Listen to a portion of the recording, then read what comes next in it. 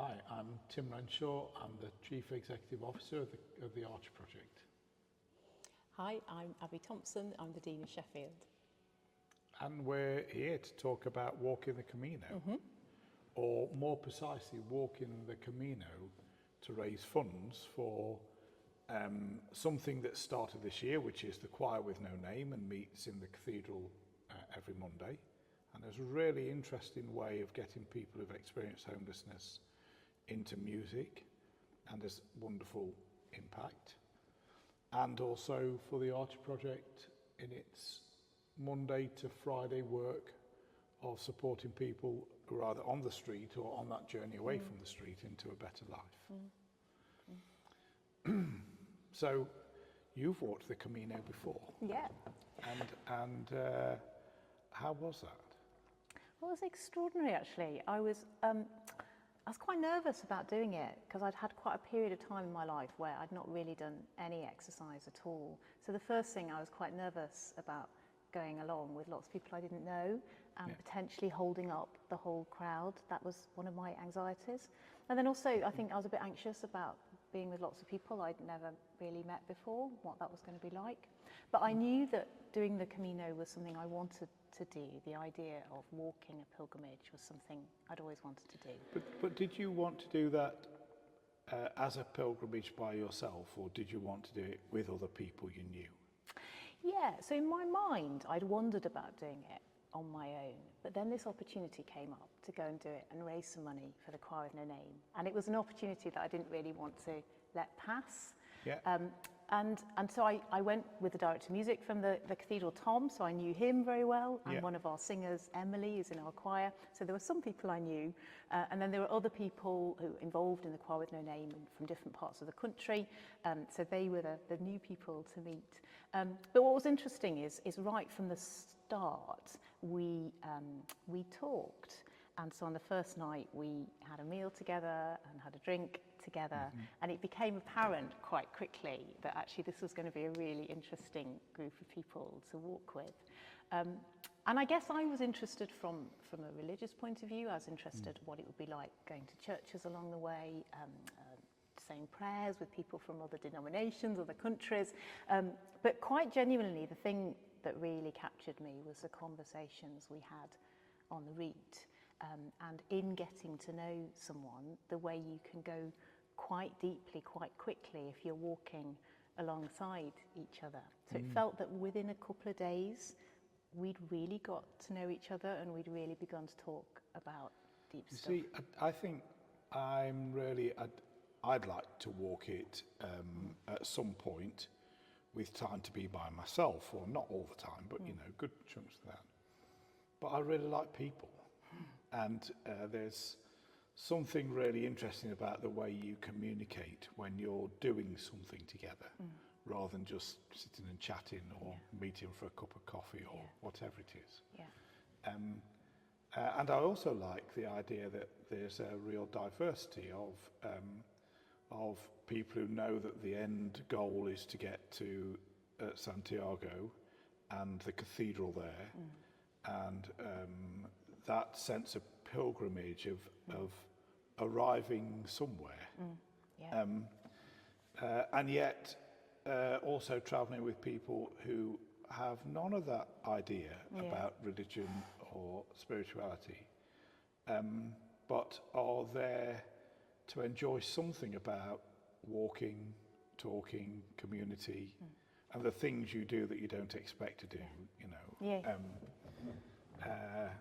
And I think that sounds really interesting. What was really nice as well is that we thought we'd got a group of 7 and half of those people I didn't know. But actually, by the time we got to Santiago, we were a group of 20. Really? and that's because you kind of pick people up on the way. And what was amazing was that there were people of all ages. So early on, we met a guy from Brazil who was in his kind of early 20s. And he had got this beautiful story, which was that his mother had said, look, you have to get up off your backside and go and do something useful with your life. And he decided to go and do the Camino. And he'd gone to the airport and bought some quite expensive walking boots. But he hadn't realised until he got to Spain that the walking boots were 2 different sizes. So one was 2 sizes smaller than the other. And he decided that actually walking in these like not quite fitting boots was part of the deal for him and part of the plan. So there was one particular day where he was really, really struggling, and I really wanted to just pay for a taxi for him, but people were saying, no, this is part of the struggle for him, and he's going to have to, he's going to have to work this out. But he actually told us all off for being on our phones too much, and of course we were on our phones to try and do a bit of fundraising. But the 20-year-old amongst a group of 40, 50 odd year olds was the one who told us off about how much we were using our phones, and that was good. Yes, I don't know what I feel about walking in odd-sized boots. I definitely am going to keep my feet. I mean, one of the, I suffer from plantar fasciitis, which is this swelling, and at the moment everything's good. So the idea of taking the opportunity to walk it is ideal for me, really. But to put yourself through deliberate struggles like that, that's quite unusual, isn't it? He had quite a sense of humour about it. So I kind of get the feeling that he thought it was a funny story that he was going to be able to tell later. Yeah. And he kind of smoked enough to kind of make it manageable. Yeah, okay. Yeah. But yeah, I think, there was another guy we met who was American, and he had a real sense that the target was getting to Santiago Cathedral at a particular point. And he, on the last day, he set off much earlier than the rest of us because he wanted to make the midday mass at Santiago Cathedral. Right. And he realised about sort of 10k out of Santiago that he wasn't going to make it in time. So with his huge backpack on, he started to run. He ran into Santiago, arrived with 2 or 3 minutes to spare for the mass. But there was a queue of people, and as he got to the door, the person on the door said, "I'm really sorry, you can't take your backpack in with you." And he almost like dissolved in tears at this point because like he'd really worked hard to get there. And the person on the door said, "If your Camino has been about reaching this cathedral for the mass at a certain time, you need to go and do it again." And it was a really kind of profound moment. And he took it and he went away and came back for the evening mass and and realised that actually getting there for that time was not the point. Not the point. Yeah. Yeah. Yeah. I imagine that part of the idea of pilgrimage is to give something up. So you're giving up your daily life, you're going to a foreign country, you're forgoing your ordinariness in life, your work and everything, you're setting time aside for this. But I mean, that's what you plan to do. I guess in other ways you start to give up other things as well, do you? Yeah, I mean, I find it very difficult to disengage from Sheffield Cathedral. I love it so much, and I love the people so much, and all the time I'm thinking about how it's going and how people are, and I'm quite obsessed by it, I guess, in some ways. And it was really interesting that from the moment we started walking, I kind of just let go of what my day-to-day life looks like, and I didn't have to think about it. It did just happen. And it happened really naturally, and I just found myself noticing the surroundings and really concentrating on the conversations with people. So I'm often distracted in conversations because I'm thinking about the next thing I have to do. But we had to get from A to B every day, so there was no point. And you have to eat. Yeah. And eat in community, presumably. We ate quite a lot, actually. Yeah, did you? We did. We kept stopping for breaks, and they had these like enormous loaves of bread that they would fill with like cheese and lovely delicious things, but they were like the size of my head. But I guess we needed the carbs, so that was fine. But and we had sort of pilgrim meals together every evening, and it was nice because we spent the evenings kind of, it was a little bit of a reflection on the day, I guess. And there's something deeply Christian about that, the sort of Ignatian examen, but it was very, very gently done. So someone would say, "What's been the best bit of today?" And it might be a bit of a laugh about the guy whose boots didn't fit, or or the fact that we had some food and it wasn't very nice, or whatever it was. But also sometimes it was something really deep. So it might be one person sharing about walking half an hour with another person and the conversation they had, for instance, and things like that. We did a bit of singing on the way. That was quite funny. And we thought I'd taken some I mean, that's also quite threatening, isn't it? Because you've got the choir with no name. So you've got Kate from the choir with no name, who's got a wonderful voice. You've got a wonderful voice. Tom's got a wonderful voice. What happens to those of us who grunt more than sing? You know? You're not allowed to sing, Tim. No, I'm only joking. No, actually, interestingly, so I got some medieval pilgrimage songs, and really we never bothered singing those because it became quite clear that actually we were much more interested in singing songs we kind of remembered from childhood, some of the pop songs. So there was quite a lot of quite raucous singing going on. So I think you need to feel empowered in that, Tim. Right. You know, you can sing all your favourite songs. And, wonderful. And we won't judge, and we will join in, and it will be noisy. Okay. Yeah. So, I mean, what are you kind of looking forward to? What is the thing that you're hoping for? I've thought about pilgrimage for quite a number of years, really, and haven't made the time. So, one, it's making the time and leaving things behind, and doing, as you say, just walking and forgetting. I think that's going to be something I'm looking forward to and will find interesting. I also like meeting people I may never see again and having conversations and knowing that that's just a moment in time, but you're travelling together somehow, and that sort of really appeals to me.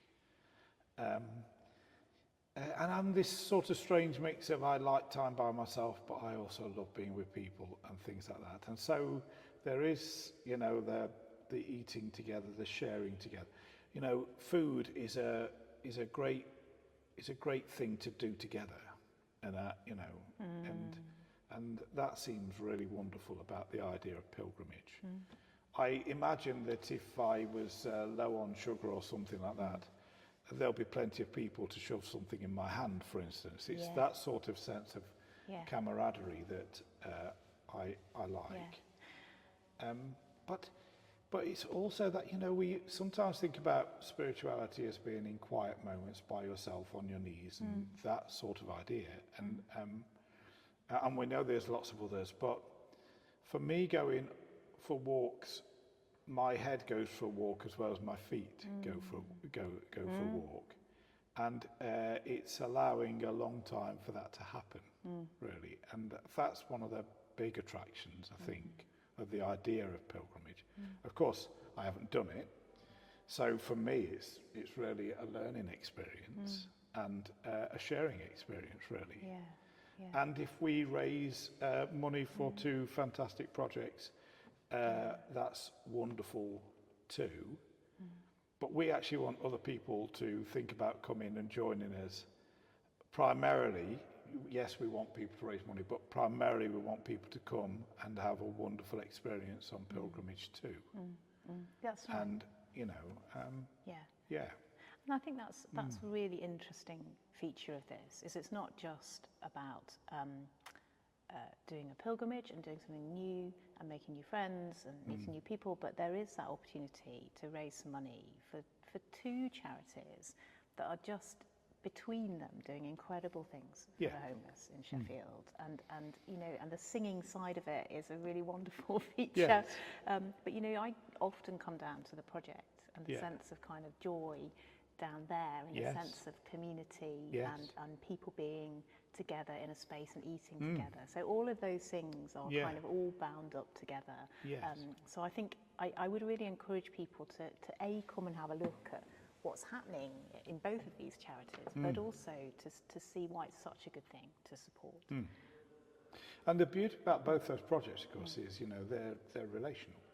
They are about people talking to one another and about the nitty-gritty of life, which is often sometimes quite awful, but sometimes funny as well as being awful, or a jumping off point to something new because something has got so bad.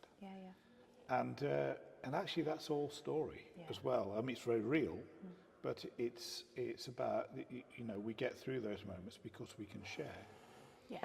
And again, I think that takes me back to the idea of pilgrimage. Pilgrimage isn't just because I'm feeling fit and healthy. Pilgrimage, in a way, is about me seeking to be a bit more fit and healthy, not physically, but through sharing and talking and walking and thinking. That sounds good to me. Massage featured quite a lot as well. Massage at the end of the day? Not just feet? Food, but, well, actually all over kind of body care. So, so I learned that our director of music, Tom Dagger, is a bit heavy-handed on the old massage. Really? I couldn't quite cope with him. But actually there was lovely Sally from the choir of No Name Birmingham, and she had exactly the right kind of massage fingers for me, and I came away feeling much lighter after a bit of Sally care. So that's my top tip. Sally, not Tom. She also had lots of devices that you could sort of roll on various bits and spiky bits to put underneath your soles of your feet and things. I've got a rolling device that might fit in my rucksack. It's just, it's got knobbly bits on it, and you roll it up and down. It's supposed to be wonderful for them. So these are the top tips. Yeah. Take a rolling thing for your aching muscles. And share with your fellow pilgrims. And, okay. Blister plasters. You and need blister plasters. Yeah. And the right size footwear. If possible. If possible, I think the right size footwear. Good socks. I suggest good socks as well. And socks plenty of them. Plenty of them, yeah. Yes. Yeah. Exactly that. Yeah. I mean, I tell a story about my 14 days and what my socks were like after that, and I wouldn't want to repeat that. You certainly wouldn't be eating with me if that was the case. Yeah. So, if you want to find out more about this, we're having a little Zoom question and answer session on the 2nd of October. That's 6:30. And you can ask anything you like, and people who've been involved and done it before will be willing to answer questions or any questions you have around funding. And then it's actually on next March 14th to the 20th. So you can find details on our website or the link in our bio, and that will give you everything you need to know to sign up or at least express interest at this point. And we look forward to seeing you.